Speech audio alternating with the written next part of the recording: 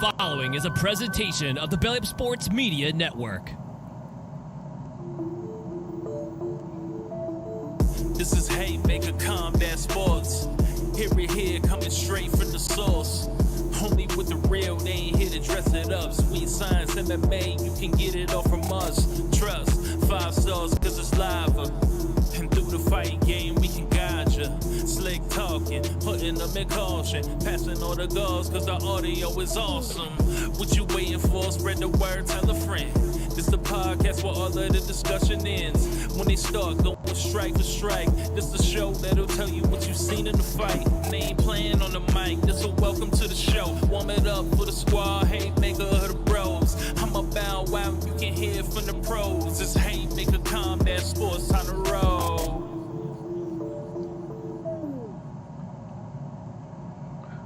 Welcome to Haymaker Combat Sports, powered by Belly Up Sports Media Network. I'm your host, EJ Reed, joined by my fellows, Aaron Admire, Steve Johnson. What's up, fellas? Happy Tuesday. It's cold, it's raining, it sucks ass. Glad to be here. What's up, Steve? Not much. Back again after a weekend of fights. Yeah, like you said, Admire, it's rainy around here, so I'm guessing it's rainier around there as well, Casey area, since you just mentioned it. It's ass cheeks outside, kind of like the fight card we watched. Ass cheeks. Yeah, it wasn't the best card. You know, it had some flashes of, entertainment here and there. But, yeah, it was kind of underwhelming. But, yeah, man, when I left work today, I left kind of late. I was jam-packed with stuff today. So I'm like, man, can't wait to get my ass home so maybe I can take a breather before trying to get everything set up with the show. Then when I got up to my car, I looked at my back right tire. It was completely flat. Oh, dude, it seems like that shit only happens on like the day that you just absolutely don't need it to happen. Like you got shit to do or it's raining or something. I only get flat tires when there's fucking 6 inches of snow on the ground. Exactly. And then so I'm like, I have like a AAA, but I'm like, I'm not waiting for the AAA to come. So I just changed the tire myself. And I got like 4 of the bolts off the I don't even, what do you call them, the lug nuts off the wheel. Yeah. Then when I was trying to get that 5th one, it was, I don't know, for some reason that last one I was getting off was the one that was giving me trouble. I think it was stripped a little bit. So I just really had to dig in it and get it off. And then I finally got it off and put the donut on and was able to take my ass home. But that was very annoying, especially in this weather. Got my work pants all dirty and whatnot, but it is what it is. But as far as this past weekend, what you do, Admire? Did you get to actually watch the fight during the day? It's one of those day cards. Yeah, I tuned in to the main card. I was at my parents' house and I forgot about it, man. Like all day, I was like, oh shit, I'm gonna invite the kids over. I'm gonna cook. We'll hang out tonight, watch the fights, and then like. Right as the fights were coming on, I was like, holy shit, this is a day card, I forgot. So I was sitting to my parents and playing Yahtzee with my parents and the kids. So I just set my phone up, it was playing Yahtzee, watched the fights. So that's what I did. And then hung out with the kids that night and then went to the pumpkin patch on Sunday. Ah, nice. Which pumpkin patch did you go to? I went to a smaller one up here, right outside of town, just a real small one. It was, kind of cold and rainy, so just hit the small one so we could just go through it real quick. Ran through, rode the little hayride thing, and, that's about it. That's what's up. You do any trunk-or-treating? No, we didn't hit any of those. We're going to do a little trick-or-treating on Friday with the grandkids and, see if I can score me some Kit Kats. I do the Kit Kat tax. Any kids that get those, I take those from them. The Kit Kat? Yeah, I love Kit Kats. It's my favorite. So any of the kids that get them, I snatch those. I don't know what was going on. Maybe it's a long day. For some reason, when you said Kit Kat, I was thinking of Tic Tacs. I'm like, you taking Tic Tacs? Ah, man, Kit Kats are my shit. So yeah. That's the tax. If I take you trick-or-treating, I get you Kit Kats. Kit Kats were one of my favorites early on in the candy game. And then I grew to like Reese's as well. Kit Kats and Not Reese's bad. are up there. Yeah. What else? Snickers are underrated. I feel like Snickers are good too. And for some reason, Milky Way and Snickers aren't the same. I don't know why. Aren't they made out of the same thing except Snickers has nuts? Yeah, about the same. Just Snickers have the nuts. And, the thing I miss from when I was a kid, it's kind of weird. Our parents used to let us take shit from strangers that they actually made. I miss the homemade popcorn balls that people used to give out. Them things were the shit back then. I didn't get those. That must be. Is that a Midwestern thing? I didn't get those coming up. Here. Yeah, like old people would make them fucking popcorn balls, popcorn and like melted marshmallows and shit. They'd just hand them out, and parents were cool with it back then. You can just fucking strangers giving you out shit that they cooked in their own house, and we survived. You ever get any of those, Steve? Well, I was just about to say, do you remember the neighbors that would give out apples? Be like, damn. Yeah. You wanted Yeah, candy, apples they and gave shit. out apples. Yeah. I didn't get no damn apples. I'll probably throw it back at them. Oh no! Used to have those like neighbors that are different that gave out like Rice Krispie treats and shit. But I never got no popcorn ball. Yeah, popcorn balls were the shit, man. And like Steve said, people would give you apples. If they was really cool, man, you'd get a fucking caramel apple. That was the shit, man. That was a score right there. But yeah, home baked goods was a big thing back when I was a kid, man. A lot of people didn't give out candy. They had homemade shit. Like the urban legend, like you're not supposed to eat the loose stuff because they could put something in it, but I never heard. Yeah, man, like I make fun of people every year. Like I literally just posted something in our Carl's group like 20 minutes ago about that shit. Like people always talk, when I was a kid, it was, people putting razor blades in apples and shit. Well, now the new thing is people are putting fentanyl in kids' candy. People are putting weed edibles in kids' candy. Nobody's giving away fucking drugs for free, man. Nobody is like giving away thousands of dollars of their drugs for free to kids. Kids are not good customers to get hooked on drugs because they don't have money. They're not good repeat customers. Like, I don't know who came up with this shit. Well, it's got to probably be pinpointed straight to the house. Whoever's giving it from one house, I'm pretty sure they can triangulate that if they were going to do that. Yeah, and that's what the meme was that I posted in that group. I spend thousands of dollars every year getting wrappers printed to make my weed candy look like real candy to give to kids. Who does that? Nobody. Nobody is trying to give your kids fucking weed gummies. I don't get. Go ahead. It's always the crazy moms in the groups. Crazy moms in the neighborhood groups. Watch out! People are giving out weed candy to kids. Shut up. I don't get what the end game would be, like you said, giving away. It's not like you could like circle back around and find out the kids that you drugged and then. Right, there for the joke. Yeah, like you don't get to like it's just people making shit up, trying to be drama. Like nobody's doing that. Yeah.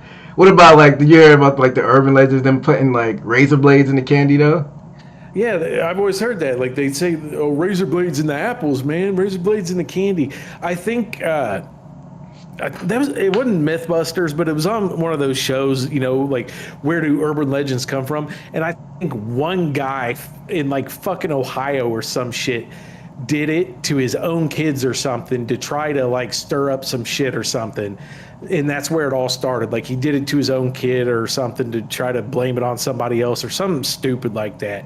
But it like happened to one person one time and it spread like wildfire across the country. All it takes is one bad apple to spoil a whole bunch. No pun intended.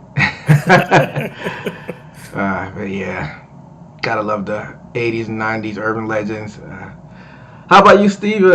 Taking the kids out for a trunk or treat or actual trick or treating or anything? Yeah, usually trunk or treat or taking to one of these high scale neighborhoods, and they got pretty good give outs. I think they give out whole packs of stuff. Sometimes there's houses around that give out good considerable amount of candy. Or a bigger size that you would think they would give out. Then a little bit of Snickers, they'll give out a regular Snickers. Yeah, the trunk or treat is like a new, like revelation of the past 10, 15 years. I don't know, was your daughter able to, was she old enough to, or young enough to ever get to that phase at Admire? You do the trunk or treat with your daughter. I know Devin's older, so he probably was still doing it the traditional way. But did your daughter hit the trunk or treat? Not this year. We used to do it all the time, but she's too old for that shit now. She's 13 now, so she's too cool for that. But she was young enough during the height of the popularity, I guess, when they first started really, making its rounds. Yeah, for sure. Yeah, I wonder who came up with that, because back when I was a kid, you just went to people's houses, but I guess they did the trunk or treat to kind of be safe and more contained, I'm guessing. Yeah, I think so. Yeah, I know it really got big during COVID and shit too. Yeah, I know it really did during that, but yeah, this weekend I'll be going back to Florida for the first time I've been to Florida, but this is my first time back in Jacksonville. I'm gonna be hanging out with some of my law school buddies and adult Halloween. I got a costume. I'm gonna be going out to the Jax Beach area and bar hop and stuff. So hopefully I have some stories for y'all next show we do. I'm sure there'll be a bunch of. Wait, what's your costume? I'm doing Black Panther. Right on. So I'm stuffed that in my bag, and hopefully I'll have some good stories to come back with. But we did have a pay-per-view, like we said, this past weekend, UFC 321 in Abu Dhabi, and like we talked about earlier, it was an earlier card, so I had some breakfast along with the prelims, and threw on the prelims, and just enjoyed the card for what it was, and we'll get into the specifics of the main card in a little bit. But I know you worked, Steve. Did you had to go back and watch some of the replay of it? Well, definitely. I watched it again, but I was able to catch the beginning of the main card, similar to Admire. I sat down and had a good length of time to sit down, and it hit me like a That's So Raven premonition. I'm like, damn, it's a UFC early card. So I hurried up and turned it on and caught it in the middle of wreckage. Nice. The main card. Let's go through some of the results of the prelim. Women's strawweight, we had Mizuki defeating Jacqueline Amarim by unanimous decision. Catchweight, we had Mitch Raposo defeating Azmat Maxim by unanimous decision. Heavyweight, we had Hamdi Abdullah Wahab defeating Chris Barnett by unanimous decision. Catchweight, 147, we had Nathaniel Wood defeating Jose Miguel Delgado by the unanimous decision. Heavyweight division, we have Volta Walker defeating Louis Sutherland by submission heel hook. And I want to talk about that one a little bit.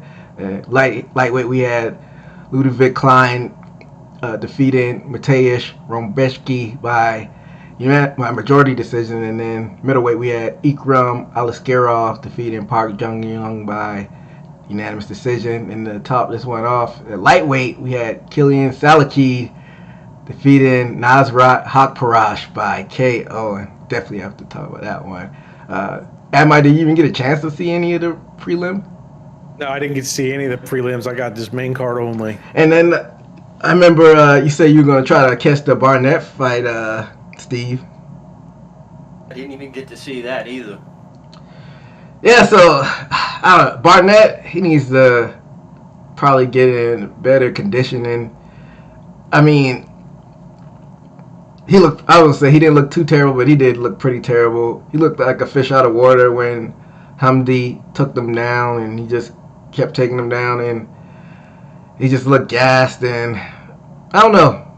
I mean, he is what he is. I think he's close to 40, so I don't think you can't teach a old dog new tricks, so he definitely has to try to do something in regard to, if he doesn't want to get in better conditioning, he has to do some just takedown defense training. I don't know, but we'll see if he even gets another fight. But I know you had your eyes on Walter Walker, Steve. I know you said you didn't get a chance to watch it, but if you get a chance to watch the replay, I don't know what's up with him and getting these heel hooks, but I think this is like his third or fourth win by heel hook. So you think people would figure out how to defend that? I don't know why. That's like a very specific submission to get, and he got it again. He got Louis Sutherland down pretty fast too, and got the heel hook. I don't know if you saw the results for that, Steve. I think I remember seeing it, but not specifically. But it seems like he's like you said, that's his go-to trick. It looks like we got what is he, a heavyweight, light heavyweight, right? He's a heavyweight. Ryan Hall without the Amanari roll. Seems like if you take him down, he has something to threaten, and looks like he couldn't get out of it.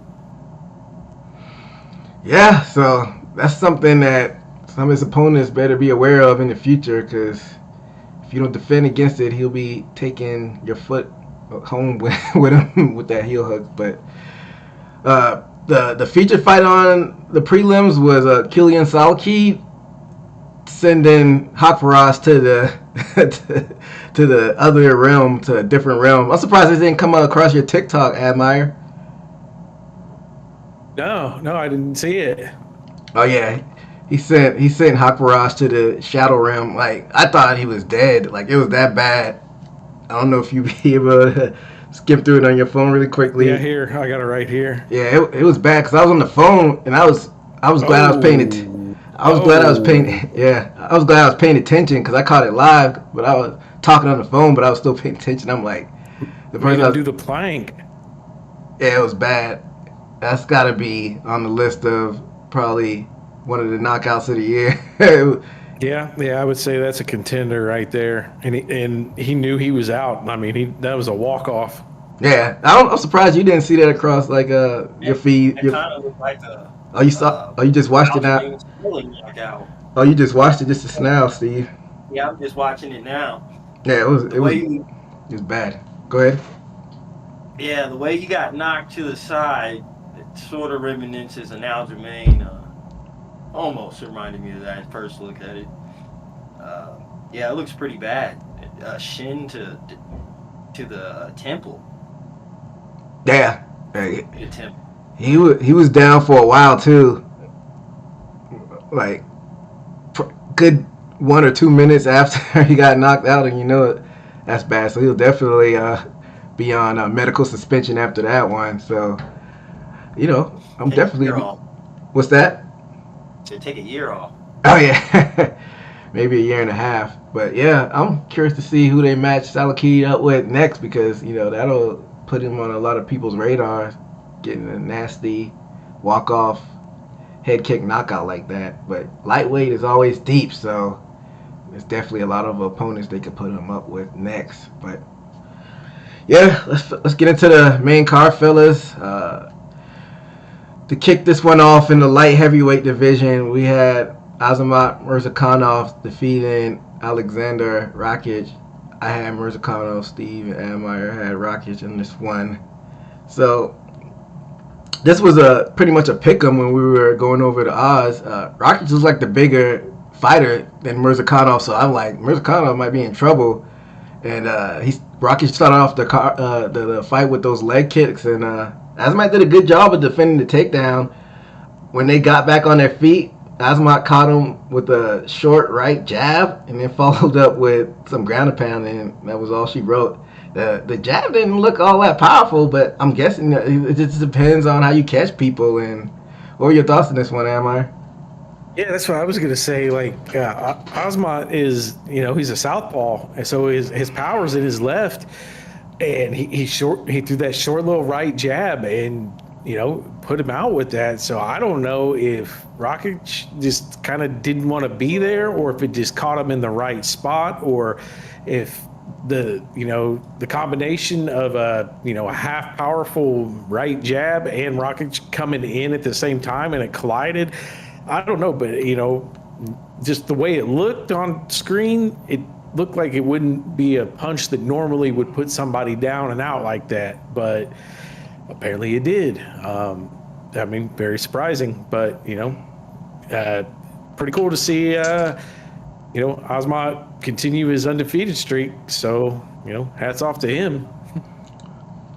Thoughts on this one, Steve? Yeah, it was a very surprising ending considering breakage and how big he was, and of course his striking repertoire. But like you said, he hit him with that jab, and it didn't seem that it would knock, you know, most of these fighters down. But like you said, maybe it was stiff. And who knows about Murzakinov's style? Who knows? Maybe his strong hand is in his lead hand, you know, and use it for a jab. But you know, it's very rare to see those type of knockdowns, especially from a jab. Yeah, I mean, he's a stocky dude, Murzakanov is, so, you know, he packs a big punch and with not a lot of movement, I'm guessing, so I wouldn't want to take one of those. So, Rakic is one of those guys that always on like he's always on the edge of like possibly getting a title shot, but now he's on this 4-fight losing streak, so I don't know. You think he might get cut, Admire? Yeah, I mean, especially with, you know, the showings that he's had, that's 4 in a row, and 3 of them have been, you know, TKOs. So it's not like he's losing to scrubs, but it's also he's not putting up a very good showing. You know, this one was a first rounder. The one against Jiri was a second rounder. The one against John was third rounder. You know, then the one that was, you know, against Magomed was, you know, a decision. So, I mean, I don't really see anywhere for him to go here. I mean, you've fought the top, you know, half of the, you know, top 10, and you've not done well. And then this guy, you know, I don't know if, you know, Osmont was ranked, you know, very high coming into this. Maybe he was somewhere in the 10 to 15 spot, but he really hadn't beat anybody that was ranked yet. So, I mean, if he sticks around, he really needs to go back way far outside of the rankings, I would think. I mean, I know he's not, though. I'm looking at the rankings now. They knocked him back to number 10. But, I mean, nothing tells me that he could really do much. I mean, because Johnny, you know, like Johnny Walker's number 12 right now. I think Johnny Walker would probably walk him, you know. Dominic Reyes, number 8, would beat him. I don't know, man. You got to really drop down the level of competition for him at this point, being on 4 in a row, if you let him stick around. But them dropping him down in the rankings and he's still on there, I think they're going to keep him around. Yeah, most likely. What about kind of like dialing back the level of competition if he does stick around, like a Minifield or Johnny Walker? I like the Johnny Walker fight. I also like Krylov, and you mentioned Minifield. So, yeah, one of those. And if he loses that, then you really definitely got to cut him. I mean, there's really nowhere to go after that. What do you think, Steve? Yeah, I say he fights around the 10 area and out of top 10 or right there, because, you know, his wins were still good when he was winning and still relevant. But his last win was 2021, and that was against Santos. And so, like, if you see his last wins, it's a lot of retired people or people are on their way out. And then he's been losing since 2022 against top 5, if not previous or champion right now. And then now this fight that just happened this weekend, he's fought, you know, essentially against somebody we don't know.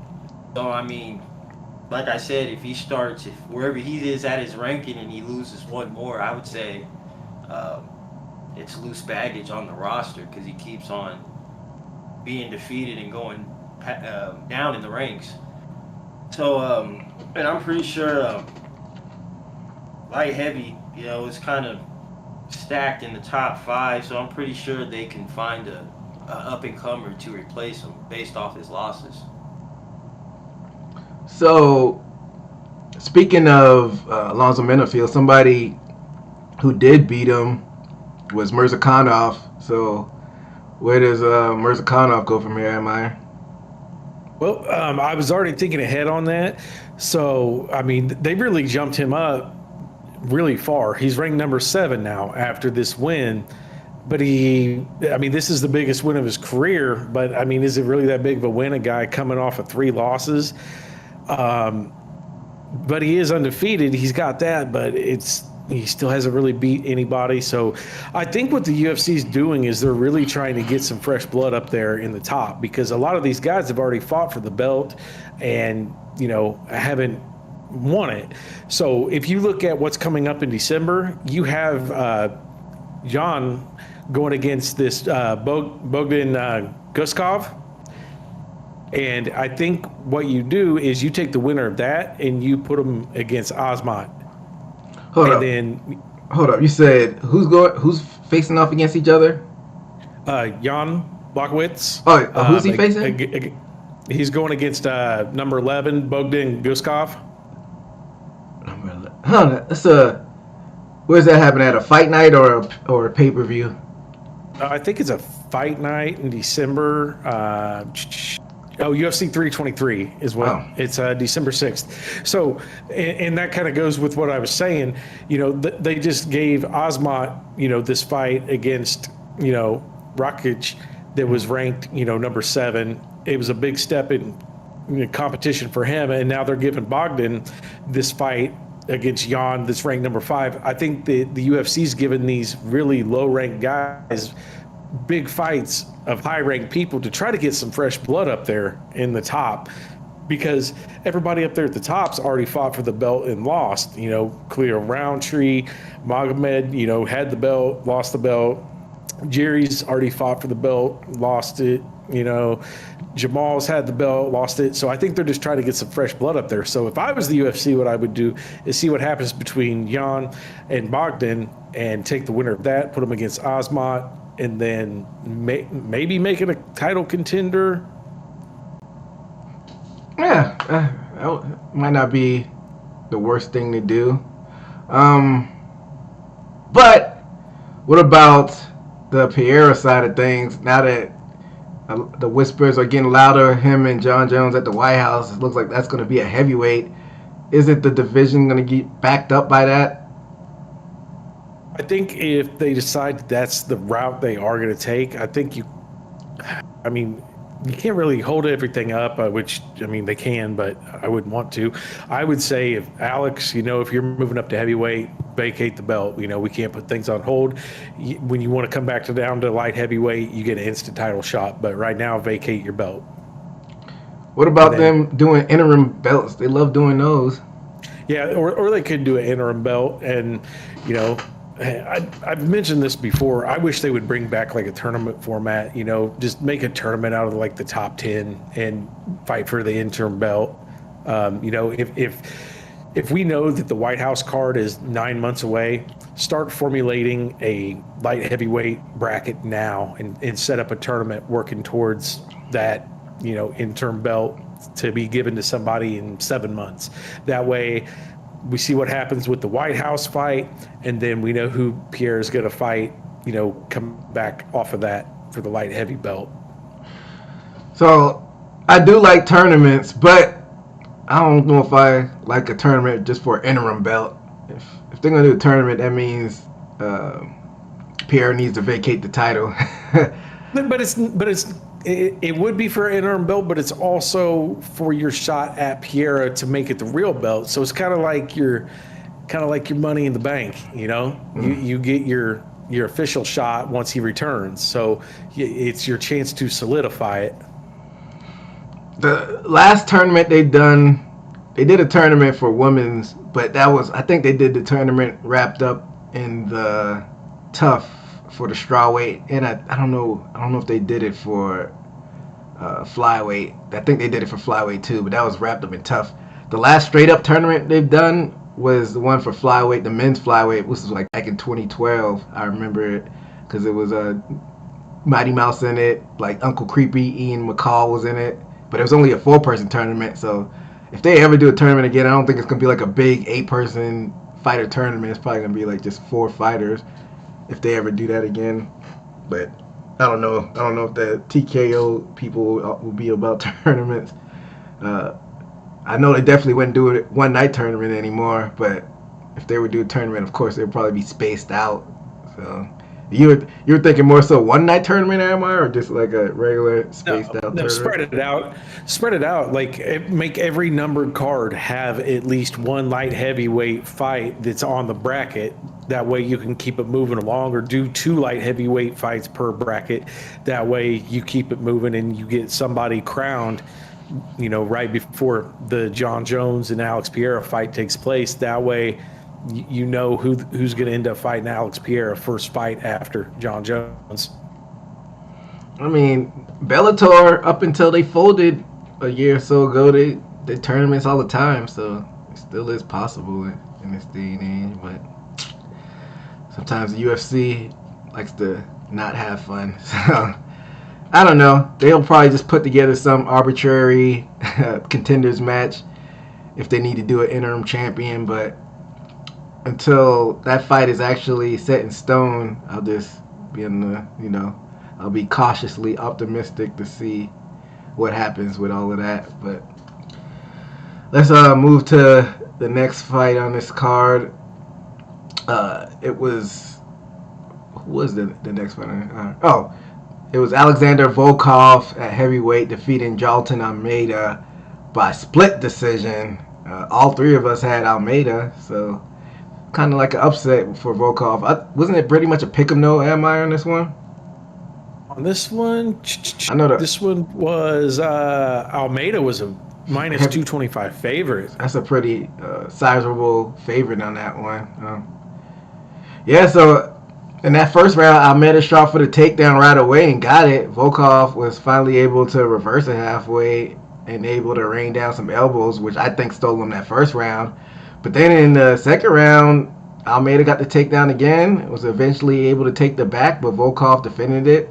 A lot of control by Almeida, but not a lot of action. And then in that third round, Volkov did a better job of defending that takedown early, but Almeida was able to eventually get Volkov down. And then same as round 2, a lot of control by Almeida, but not a lot of action. And Almeida grinded it out, but the judges thought it wasn't enough action, and they gave the decision to Volkov. So what were your thoughts on this one, Amir, and the judging on this one?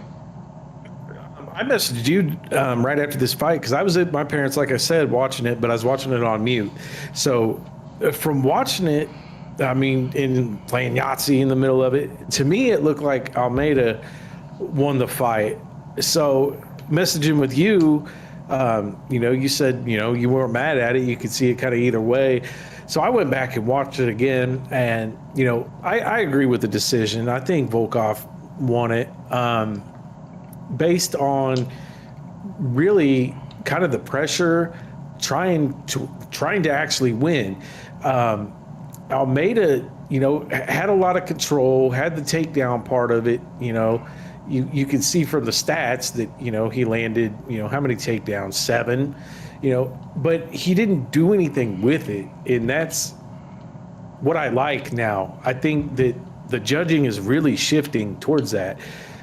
Even early on in the show, when we first started this, we would talk about the judges giving people decisions for just laying on people and not really doing any damage or really doing anything with it.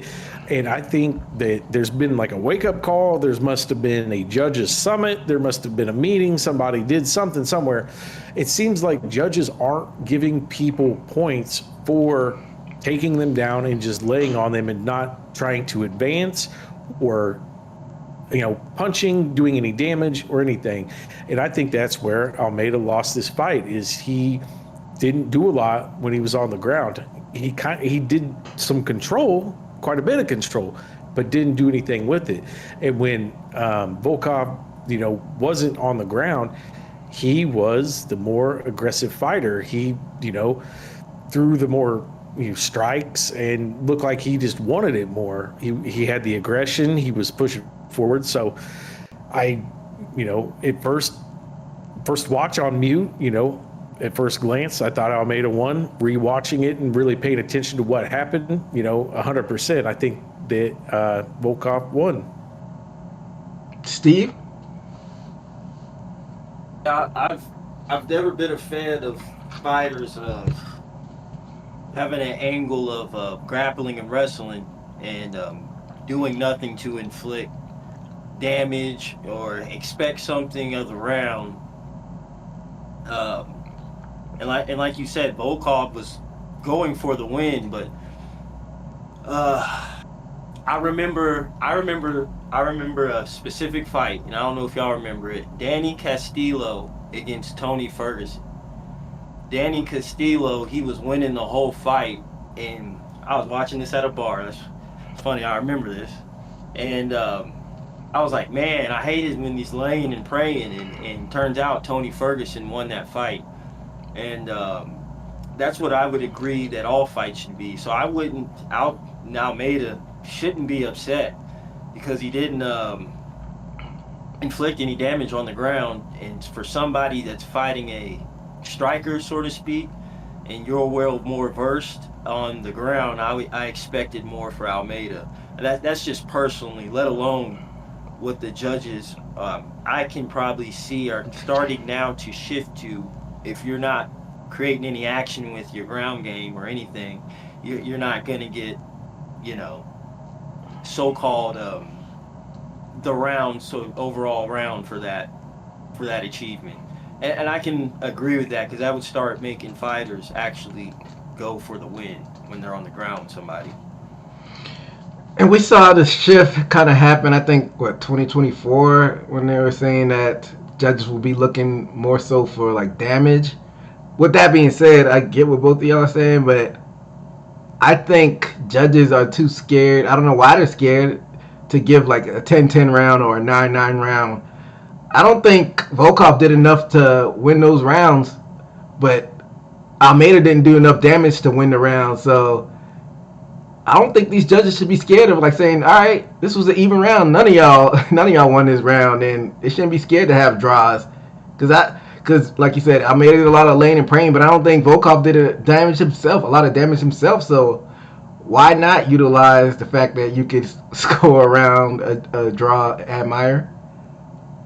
I like that idea. I really do like it. And I think if you threw out a draw round like that, I think you're going to light a fire under somebody's ass. Somebody's going to take that serious and say, oh shit, like we tied that round. Like, we don't know what happened the first or second round, but we tied the first or second round.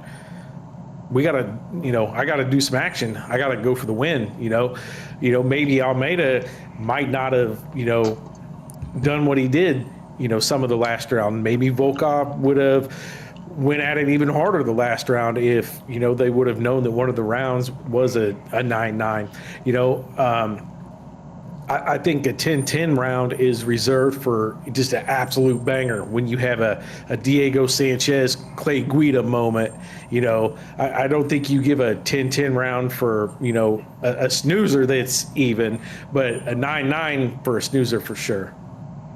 And I can't remember. I've done research on this, whether or not they give 9-9s or 10-10s for draw rounds. I can't remember the math, but yeah, I don't think they should be scared to say nobody won this round.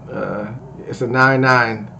And there've been a lot of draws, like split draws, majority draws. So, yeah, if nobody does enough to win the round, then this fight should be a draw. And like I said, Almeida, I think, won that first round. So, if the second and third round were to be called a draw, I don't know how that math would work out. I'm terrible at doing math in my head. That would give how many points every? So that would be 9 times 3 for that'd be 9 times 3 for Volkov, and then so it'd be 28, 27. So if they call both rounds a draw, that would still be a win for Almeida, because he would have more points technically, if I'm not mistaken. Am I right? Well, so I'm trying to see here. I just wanted to see if there was ever 10-10 round. And Yeah, I think it's definitely been 10-10 rounds.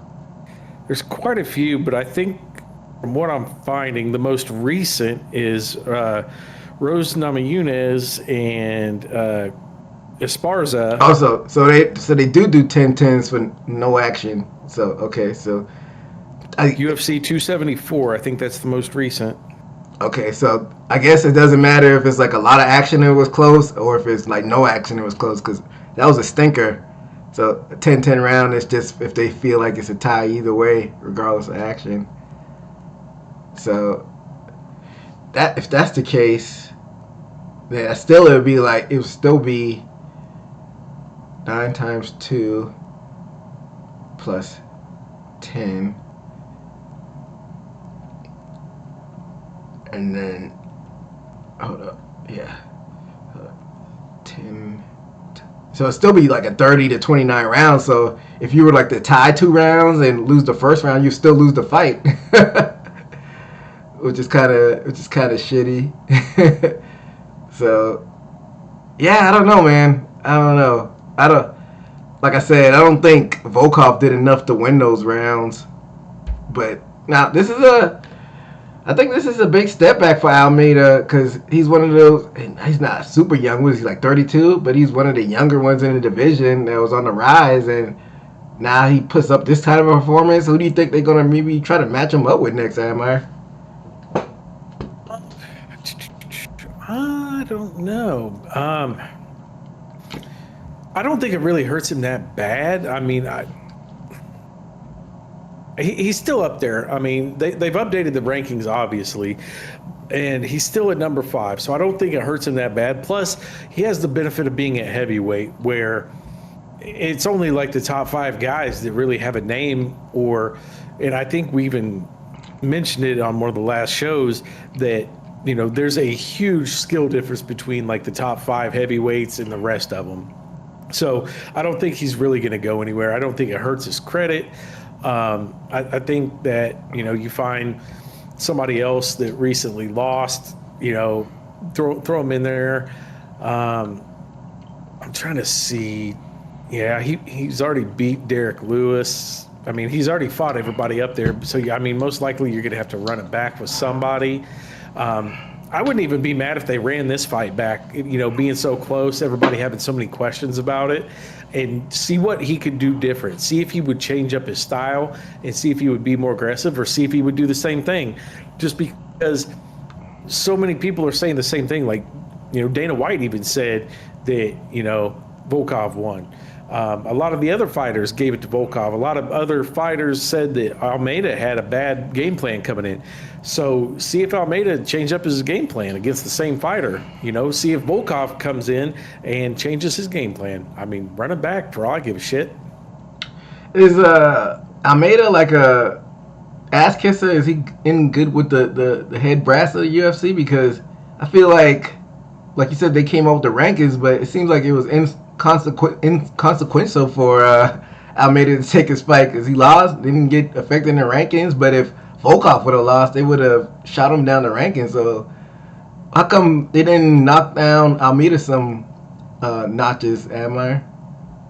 I don't know. I don't know if he's good with the brass. I do see on his record he does have a catch weight that he did at one time. So I'm wondering if he stepped in for them once and saved a fight or a show. UFC 279, he fought Anton Turkalj, catch weight 220. So usually when there's a catch weight, you know, usually somebody's stepping in short notice. So he might have stepped in to save the day or something. I don't know. Yeah, it's weird that he doesn't even drop a notch or two. That's a little bit weird. But I don't know, man. Heavyweight is kind of weird right now, especially when we talk about the main event. But let's move on to the next fight in this card. At lightweight, we had Umar Nurmagomedov. Oh, I said lightweight, bantamweight. Sorry, we had Umar Nurmagomedov defeating Mario Bautista by unanimous decision, and all 3 of us had Umar in this one. And you know, Umar doing Umar things. In that first round, Umar did a good job of, establishing how he wanted this fight to go. It was a grappling, scrambling at the beginning, but Umar ended up on top, and Batista looked like a fish out of water underground, and Umar was in control for a majority of that first round. And then in that second round, Batista caught him with that knee, and I was like, okay, we got a fight on our hands. But Umar recovered and got the takedown. Batista was able to get back up on his feet, but eventually Umar got him back down, and Batista was able to get up and finish the round on his feet. Both guys had their moments with the stand-up, so I'm like, okay, it's a little bit of a scrap right now. And then in that third round, Batista did a good job of not being held down by Umar in that first 3 minutes, but finally in those last 2 minutes, Umar was able to keep the pressure and grinded out that victory. What are your thoughts on this one, Amir?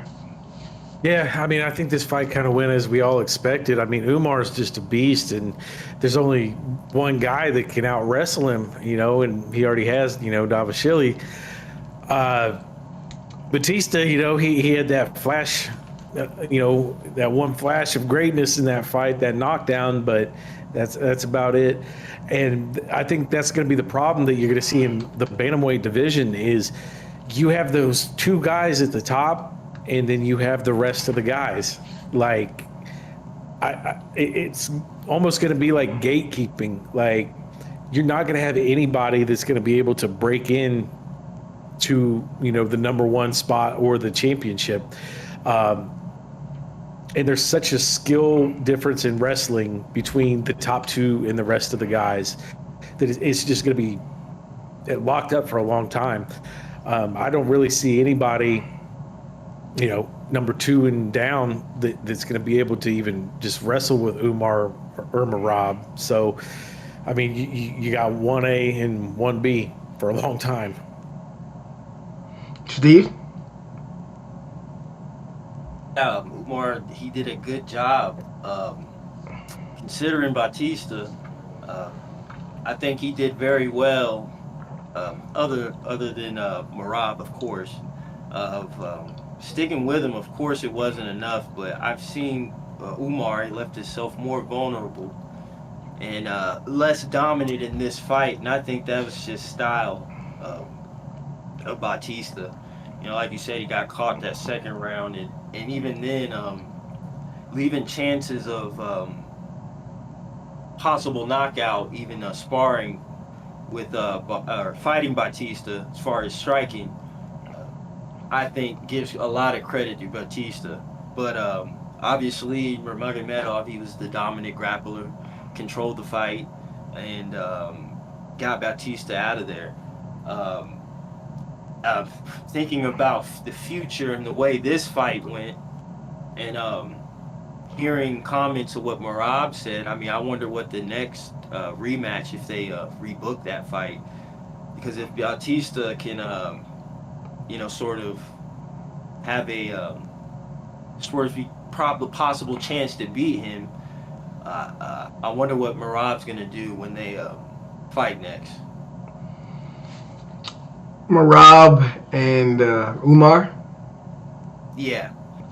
I did hear a clip of Merab. I mean, people fight and they say what they do, but he said he wants to strike and hit him. Their beef and stuff. So I wonder if it's left standing, if it's leave openings for each one of the fighters. Because I think it's going to be different when Merab fights him again. You think it's going to be different in what aspect? More striking, because Merab said he wants to strike more. What if that's a red herring? What if he's like, I want to do more striking, and then just takes his ass down again? Like I said, man, people say what they want to do, but you got to get the job done when you can't get him out of there with the striking. So he's gonna go back to his nature. So I haven't been tapped in with a lot of the post-fight sound bites and whatnot. Is Dana White saying this is like guaranteed Umar a title shot after the winner of Merab and Petrian? I have not heard for sure, so I don't know, but I would expect it. I don't see anybody else that's even close to ready or deserving. You know, you have Corey Sandhagen up there who just fought for the title. O'Malley's a big star, really big. I mean, he could probably, have a title shot if he wanted, but I think O'Malley would even say he don't want the title shot because he knows what would happen. So, I mean, then your only other choice outside of Peter Yan is Song Yadong. I mean, and that's where a whole nother level of competition, that I keep talking about is there's levels to it. That's another big step between skills. So, I mean, I have to assume that Umar is your natural choice for the next title fight. So, way too early thoughts on the fight, because of course, once they officially make the title fight, if Umar gets a title fight next, do you see the rematch going differently, Admire, with Umar and Merab, if that's the fight that happens in the future? I don't really see it going any different. The only thing that I could possibly see happening is, similar to like a Anderson Silva thing, just Merab kind of getting cocky and getting caught with something. If Umar kind of works on his striking or works on some tricky shit, just kind of catching him, that's really the only way I could see him, the route to winning, because I just don't think that he has the strength and to do what he needs to get on top of Merab and stay on top of him, because I mean Merab's just too strong. If he loses twice, wouldn't Habib exile him from the family though? I mean, you can only do what you can do. Because I can't remember his brother's record. Usman, he's in Bellator or PFL now. I don't know what Usman's. He's in PFL. So once Bellator folded, he went to PFL. So Usman is undefeated as well.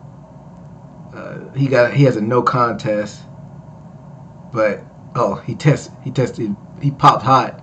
He won that match, but he popped hot. But he's undefeated. He still hadn't lost. So Usman undefeated. His older brother Habib went undefeated. If he takes another loss, won't that kind of tarnish the name of the Nurmagomedovs, Admire? Yes and no. I mean, yes, it's you become the one that just you're the black sheep, but you're losing to Rob. I mean, Rob at this point right now is one of the where's he at on the pound for pound? He's number 3 pound for pound in the world. Oh, and also I want to correct my mistake. Umar is older than Usman. Usman is 2 years younger, so that's even worse. Your younger brother's undefeated and you're not. Like, yeah, but there's levels to that shit. You know that. I mean, what do you mean? He's over there in PFL, man. Bring him over here and let him play with these guys. I bet he'll lose that O. I ain't fucking with those Dagestanis, man. They're a different animal. So I think that would translate actually if he came over here. But he's also in that lightweight division. We know that's a Shark Tank, but I don't know. You touched on it earlier, Steve, that Merab said he's going to take a different approach. Do you see that fight, ending differently if they rematch? Man, because they looked pretty much up to par. Can't remember. I think from what I remember, Merab was having a gas tank, and then Umar was fading, wasn't he? By the third round or fifth round. Nobody could touch Merab's gas tank. So I think he, if it gets to that, I think he definitely is gonna try to strike with him just to get him out there with a KO or TKO. So I think that they really don't like each other. Oh yeah, you think it's a legit beef? Well, not legit beef, but beef that you got to be mad at him because you want to fight him. It's always good when you're a dominant champion and you could build up a natural rival. We see it with John Jones and Cormier and Iceman and Tito Ortiz. I don't know why Tito Ortiz is the name. escape me. Tito Ortiz, Ken Shamrock. The list goes on and on. Chael and Anderson. So when you have that rivalry, that's a better way to sell tickets. Connor, Nate, just to name a few. So yeah, we'll see what happens. We have a title fight in December with, like I said, Jan and Marab. So we'll see how things shake out in the bantamweight division. But fellas, let's move on to the co-main event in this one. Women's strawweight for the vacant championship. We had Mackenzie Dern defeating Verna Jandiroba by unanimous decision. All three of us had Jandiroba in this one. And I thought if Jandiroba were to win, she would get the finish. But I had a feeling that if Dern would win, it would be a grind-out decision. And that's what happened. And in that first round, Dern found the range in the first 2 minutes, and Verna got the takedown though to counteract that. Dern got back up, and I think she looked like she was the better fighter on the feet, and I think she banked that first round. Round 2, I gave it to Verna. She should get a better job of mixing it up, in my opinion, with the stand-up and the takedowns. Round 3 was like a toss-up. I think that round could have went either way.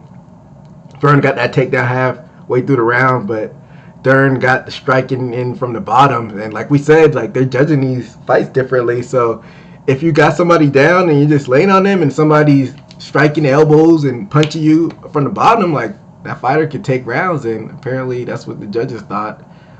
And in that fourth round, I think Dern did a better job on the feet, but I think when she got taken down, that made that round closer than it needed to be. And then round number 5 was another super close round, but I think Dern had the better striking, but Verna had the grappling, and Dern was able to grind out that decision, and she is now your new women's strawweight champion. What are your thoughts on this one, Amai? Yeah, I mean, it was an okay fight. I mean, it just, nothing special or spectacular happened in it. I messaged you after this one too. I was like, man, both these girls would just get smoked by some of the old school strawweight girls, and I still believe that as well. I mean, like Zhang Weili, I think Weili will just absolutely smoke Dern. If they cross paths. Weili's ranked number 1 is strawweight, so I hope she gets a chance.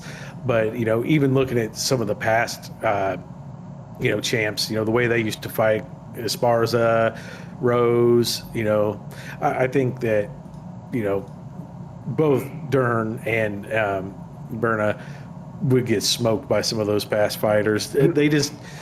You think Joanna and Jacek would smoke her too? I think so. I do think so. They just. I think that, it's kind of the theme of the shit I've been saying all day. I think there's just a big difference in skill set. I'm not saying they're horrible. I mean, they fought for the title, but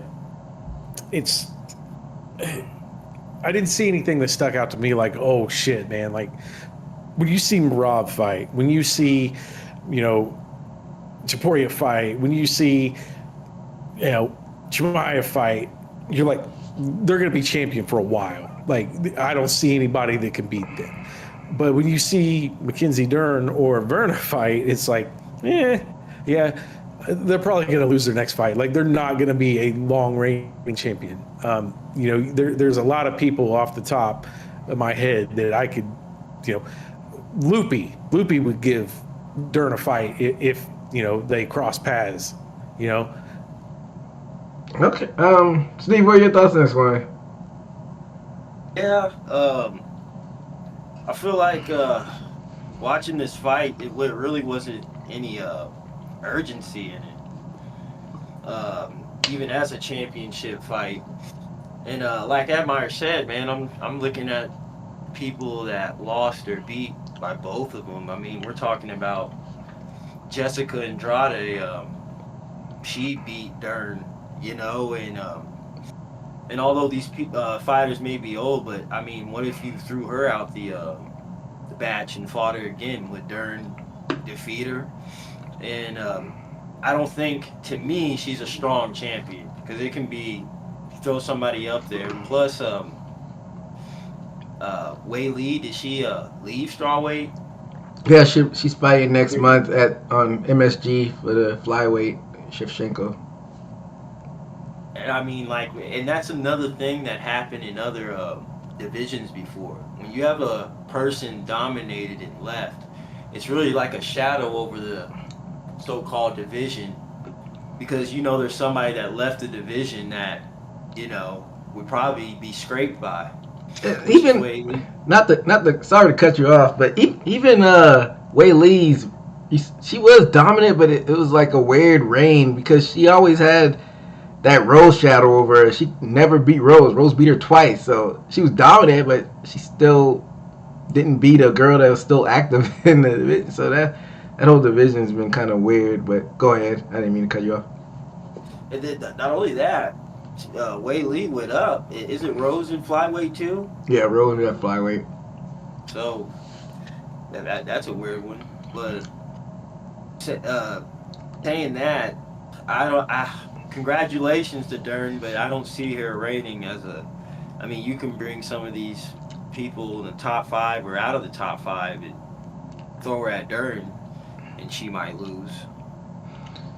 So both of y'all kind of touched on it, but I still ask anyway. What do you see Dern's ceiling as? Because UFC finally got their wish. They got Dern the championship. They've been kind of grooming her since she's got in because, don't quote me on this. I'm not trying to get a cease and desist from UFC, but, she's a nice-looking woman, so kind of like I said when we were doing a preview show, in the mold of Ronda Rousey, Paige Van Zandt, they can market her like that, so they got their wishes as far as getting her the championship. But what do you see her ceiling? You think she loses her next fight when she defends it, or defense or two, or long-term champion, am I? Yeah, I mean, it just depends on who they put her against. Of course, they want her in there. I mean, I'm not going to deny. I mean, there was some text messages between me and Rucker and Joey, about Mackenzie Dern. So, it does bring a lot of eyes to it. But fighting wise, I mean, I think that Wei Lee would beat her. I mentioned Loopy. They fought like a year ago. Even though Dern won that fight, I remember that fight. I think Loopy won round 3, and it was very close round 2. It could have, very easily went the other way. So I think there's a lot of fights that were very close that Dern has won. There's a lot of people that Dern has lost to. She's lost to Lemos, Andrade, Rodriguez. So there's a lot of people right around the corner that could beat her. So I just don't think that, it's going to be a long run. And, Wei Lee, excellent fighter, just can't beat Rose. I mean, who else has beat Wei Lee? Actually, I don't know if she's had any losses outside of Rose. No, she hasn't. Not in the UFC, she hasn't. That's her only losses. So, yeah, she had her first fight, but you can't. That's all the way back in 2013, so you can't really take that. So I mean, I just have to assume that there's really nobody. I have to assume that Dern isn't going to hold a candle to, Wei Lee. I don't know. I guess it depends, like you said, on how the matchups go. But what do you think, Steve? You think she probably lose it in her next fight, or a title defense or two, or maybe keep getting better? I was just thinking, it's crazy. You can be on a tear and crash all through your weight division, right? And have sort of a confirmed knockdowns of who you beat. Like, then they would have to bring somebody which would even make you feel comfortable. And maybe there's somebody up on the rise, but somebody for the lower ranks that could only challenge you, or you would have to go up. But it's crazy to be a champion and you have people behind you that beat you already. That would make me a nervous champion, unconfident champion. And she may be confident, but it's way more confident of knowing that you beat all the top 5 or top 4 in the division. And then you got a champion like Dern. I mean, I can point out another person, Yan Jianin. She beat her. Yan Jianin, yeah. and she's right up on her coattail. So who's to say that's not her next fight? And that was by majority decision. So it seems like that was a dominant fight on her side. I didn't even mention that fight. So yeah, I mean, there's another one right there. And then, like I said, Andrade, she lost to Lemos. I mean, these aren't very Ribas. Did she lose to Ribas? No, she won against her. But I mean, these are a lot. No, she did lose against Ribas, but I think she got the win back later. But like I say, I mean, how consistent is she? Yeah, I mean, I don't know. I think UFC knows what they're doing with their marketing of her. I don't know if y'all saw the countdown show, but they're definitely leaning into it. They showed her and her friend poolside at the hotel, in Abu Dhabi. You know, scantily clad in bikini, so they know what they're doing with the marketing of her. But I mean, I don't know, man. I feel like I've been told since she's been in the UFC that she has this high-level, world-class jiu-jitsu, but like I said when we were previewing the show, it seems like she's fell in love with trying to stand up and strike. If you're world-class in jiu-jitsu, like, why not go to your bread and butter, a la Ronda Rousey, you know, besides, like, the fight she had against the Brazilian woman. She every time there's a fight, takedown, armbar. Why not go to your bread and butter and try to get the fight to the ground and try to utilize your jiu-jitsu? But it seems like a lot of stand-up for her, so I wouldn't be surprised if she loses her next fight, if I'm gonna be honest with you. And I don't know, it's like just such a crapshoot on what she's gonna do as far as, like you said, matchups. Like, you think they're gonna protect her, Admire? I mean, it's possible. I mean, on one hand, you have, you know, the looks, the personality, you know, she speaks English, all that you can put behind her. The marketing is there. But then, you know, let's just use Wei Li, for example. Excellent fighter, but then you lose, like, the marketing aspect of it in the United States, at least, because then you have doesn't speak English. You got to work through a translator. You don't have somebody that's fan friendly, you know, active on the social media with the fans, you know, but you bring in the China aspect. So I think the UFC wants to hold on to her as long as possible. So, you know, maybe they'll throw her in against somebody she's already beat that's, you know, ranked close enough, but I don't know. I mean, there's no telling. There's no telling what they'll do, especially with, you know, the new company, the new deal, everything. Yeah, I was gaffing on the name earlier, but yeah, when Ronda knocked out Betch Correia, like, everybody's like, oh, Ronda's a knockout artist now. And then the next fight, her ass got knocked out. So, you know, pride is the devil, so you can't fall in love with one aspect of your game. You gotta mix up what you know, your bread and butter. So I don't know. Like you said, it depends on the matchups, but I'm not confident that she will be a dominant champion. So, but fellas, let's move on to the main event. In the first of this show, we had Tom Aspinall defending his belt against Cyril Gane, and it ended in a no contest accidental eye poke. Like I said, this is the first time a main event has ended like that in the history of this show. I think the Aljamain DQ happened, I think, right before we started the show, but that's still a win for Aljamain. So this is the first time a main event has ended in a no contest for us. And to be honest, man, I think throughout that round, I think Cyril Gane was looking, it was back and forth, it was competitive, but I think Cyril Gane may have been getting slightly better of Aspinall on the feet. I could be wrong. I gotta maybe go back and watch it. But then in the last 25, 30 seconds, double eye poke, and doctors checked out Tom Aspinall. Tom Aspinall said he couldn't see. they waved it off, call it a no contest. What are your thoughts on this one, Amir? Yeah, I mean, I agree. I think Cyril Gahn was winning that fight. I mean, he definitely was putting the pressure on. I think he landed the more strikes. I think he landed the better strikes, caused the more damage. Yeah, I mean, he looked like a completely different fighter than we've seen the last few times. He looked really good out there. You know, who's to say what coulda, shoulda, woulda happened? You know, it's just a big what if. I hope we do get to see, you know, the full fight between them two. Very unfortunate what happened. I don't know if you got the ESPN pop-up as we were talking 10 minutes ago. Tom Aspinall's dad says Tom cannot see anything out of his right eye, so his right eye is still not working currently, according to Tom Aspinall's dad. Sources ESPN on that one. So obviously not good.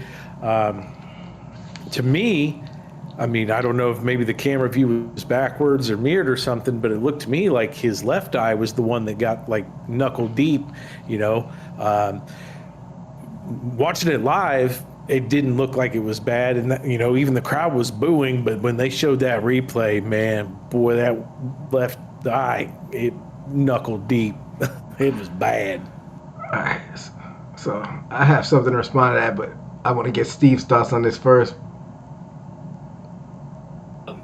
Man, I see I would say there's 60, 65, 70% defending Aspinall, and I would see lesser, but there's people that's, you know, kind of being brave to say it as far as what I see online, man.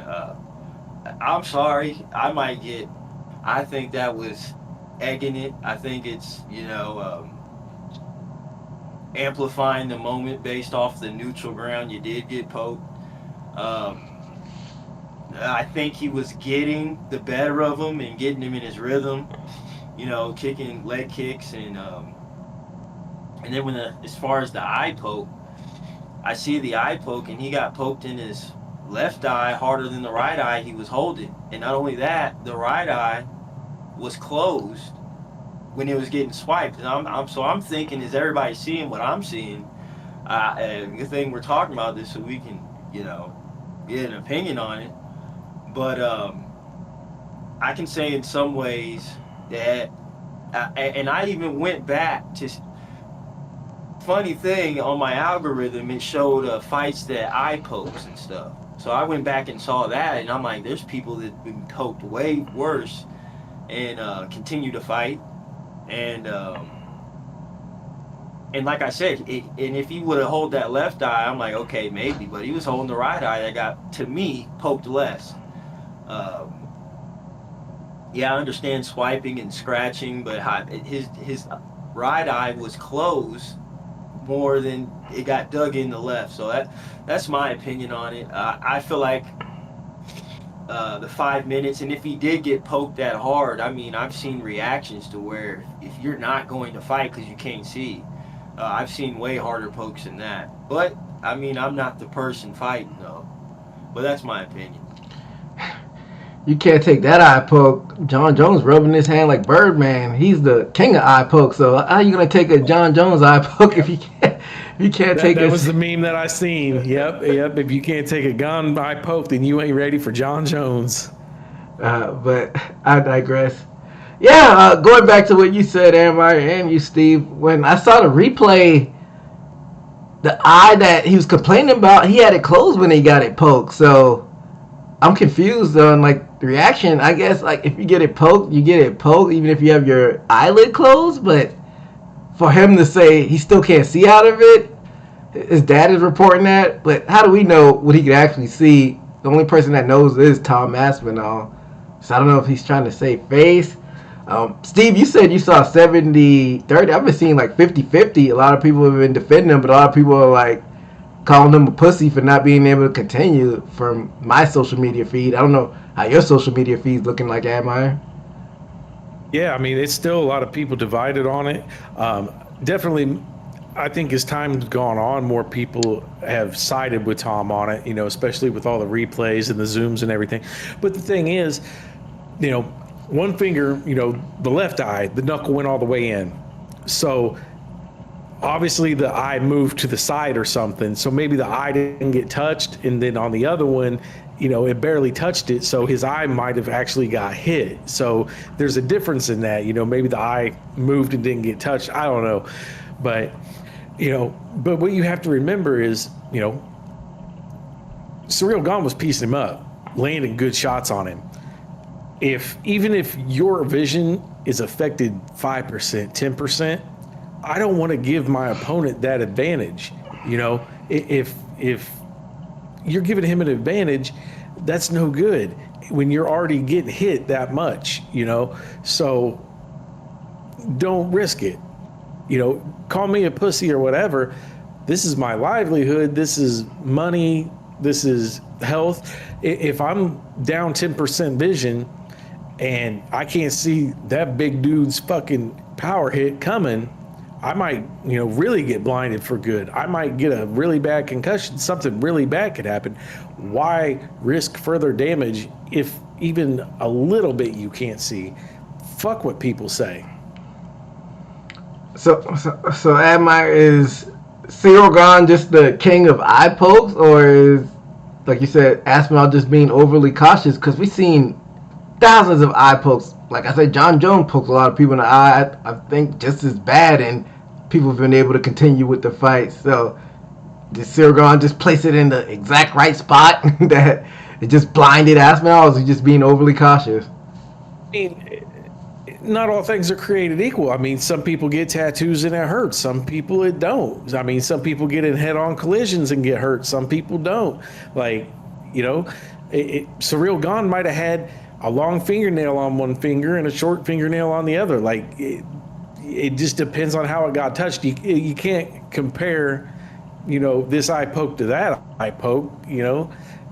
That's, just like we talk about punches, in the MMA math doesn't work. Just because this person knocked out this person with this punch, it doesn't mean that it would happen to this person. So you can't compare eye pokes and say that just because this person got poked in the eye like this, Tom Aspinall, should have been able to continue. I don't know. What do you think, Steve? I think on that aspect, I do agree. Everybody has different pain levels. But you would have to agree on a universal level on asking somebody. I mean, if you want to see one of the worst eye pokes, I think DC received one of those, and it went all the way in the dude's finger. And I can't remember the fight, but he got, what was that, Gustafsson? Might have been the Gustafsson fight.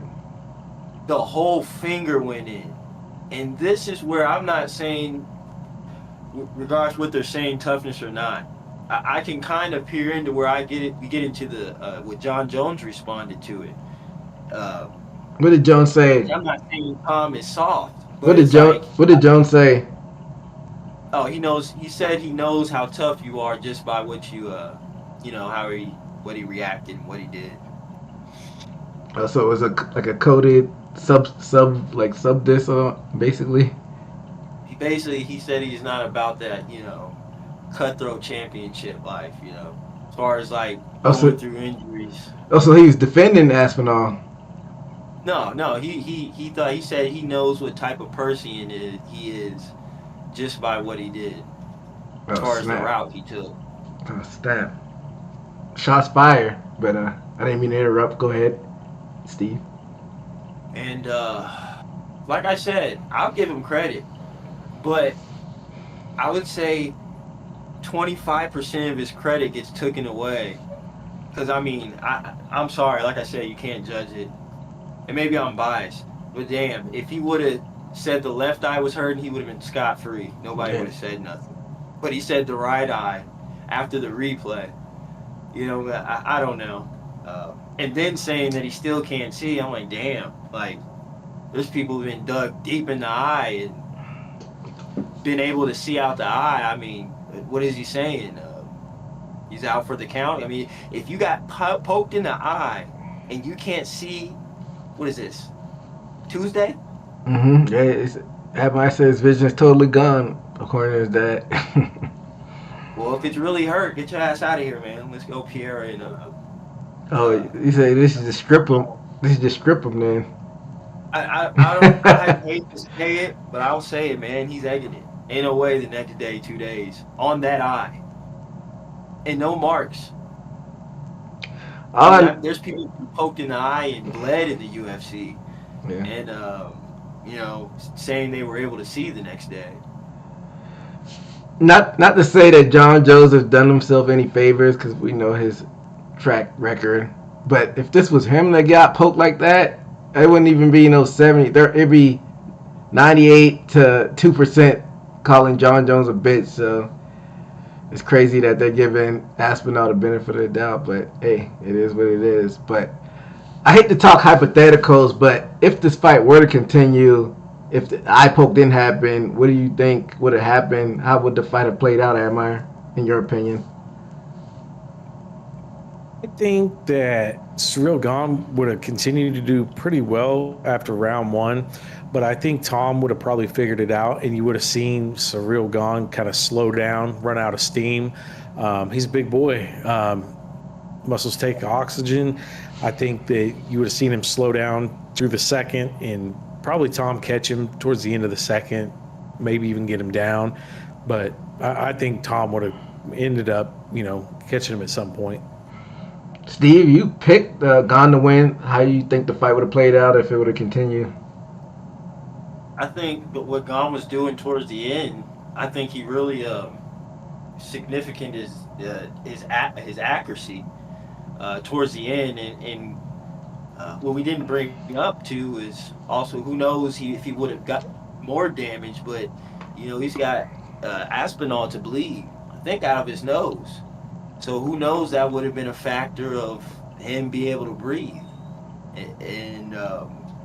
But I think Gane was getting in his rhythm to where, I believe any fighter, if you have 5 rounds, you'll be able to find an opening of a pattern.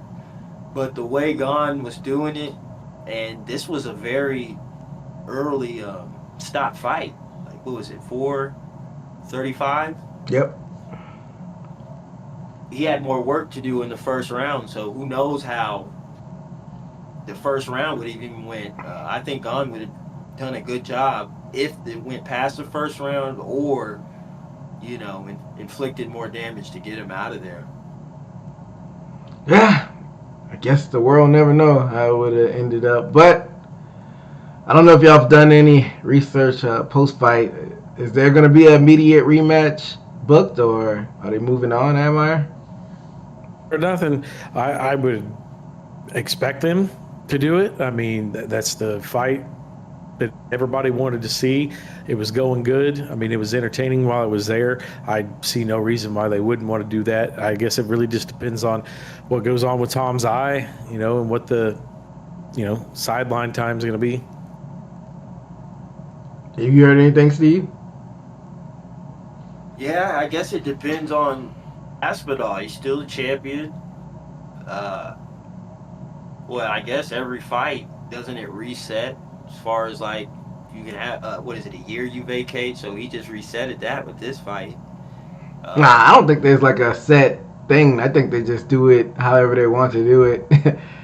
They might do an interim title, but it takes a lot for them to actually strip you. Yeah.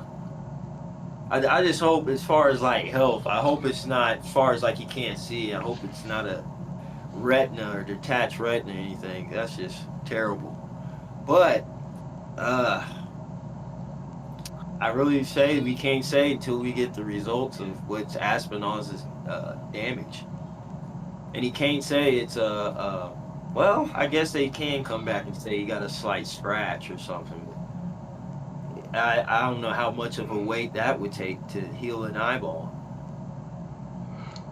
Personally, Admire, would you like to see a rematch on this, or would you like to see Aspinall get the winner of a potential Jones and Pereira if that fight happens at the White House? I'm invested in this fight now. At first going into it, I didn't want to see this. I thought that Jones was the more interesting fight, but Gane really stepped it up. I think that's the fight now. Put it on the same card. Put Gane versus Tom, Pierre versus Jones. Let's shake things out, and winner fights winner. Loser fights loser for the next crack. What do you think, Steve? I'd say people are curious now, so I think they should run it back. I know people will be running to watch it. It was just getting good.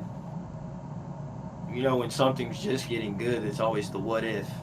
And there's a what if factor out there, so definitely I think the business UFC promotion would benefit from that fight. And then like you said, whoever wins that gets, Pierre and Jones. Yeah, I guess like both of y'all said, it depends on the timetable of the recovery. If this man's blind, it seems like that'd be a long medical suspension, but I don't know. It was kind of a flat ending for the nights of fight.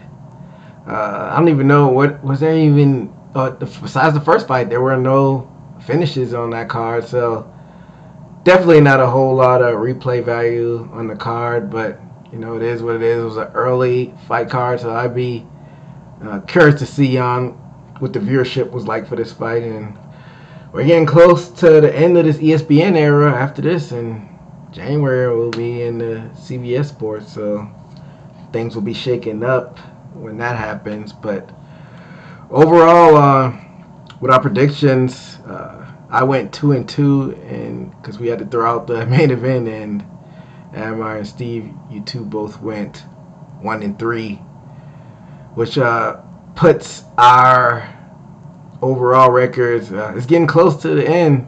Amar, you're 33-23. And me and Steve are both 31-25. I inched slightly closer, so it may be a photo finish with this last pay-per-view in December.